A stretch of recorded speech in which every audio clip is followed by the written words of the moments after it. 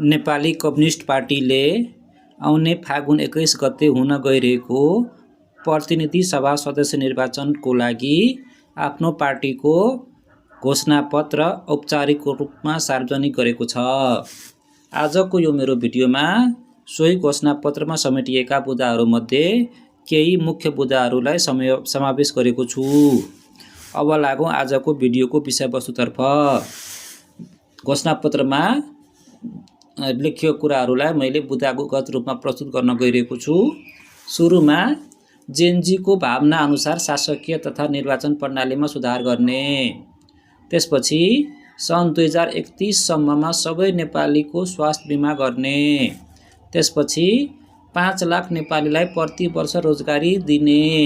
त्यसपछि विदेशबाट फर्किएका 1 लाखलाई उद्यमी बनाउने, त्यसपछि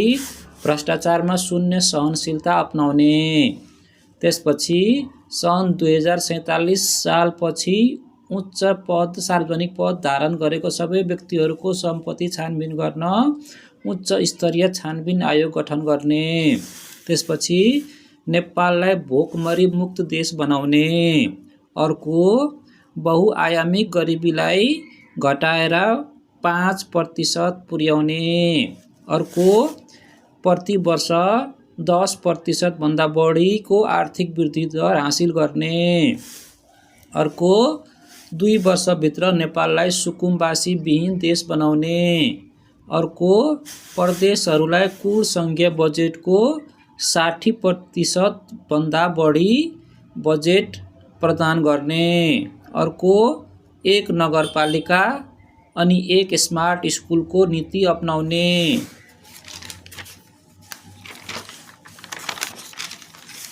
अर्को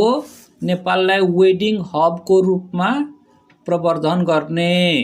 अर्को 50,000 सिट क्षमताको राष्ट्रिय रङ्गशालाको निर्माण गर्ने, अर्को 5 वर्षमा थप 15,000 मेगावाट विद्युत उत्पादन गर्ने, अर्को लिपुलेक लिम्पियाधुरा सहित सम्पूर्ण सिमानाको विवादहरूको समाधान गर्ने, अनि अर्को दलित तथा अल्पसङ्ख्यकलाई 10 वर्षको लागि 5% को ब्याज दरमा कर्जा उपलब्ध गराउने। यी हुन् केही प्रमुख बुँदाहरू जुन कि नेपाली कम्युनिस्ट पार्टीले आफ्नो घोषणापत्रमा समेटेको छ। यो भिडियो हेर्नुभएकोमा यहाँलाई धेरै धेरै धन्यवाद। साथै यो भिडियोलाई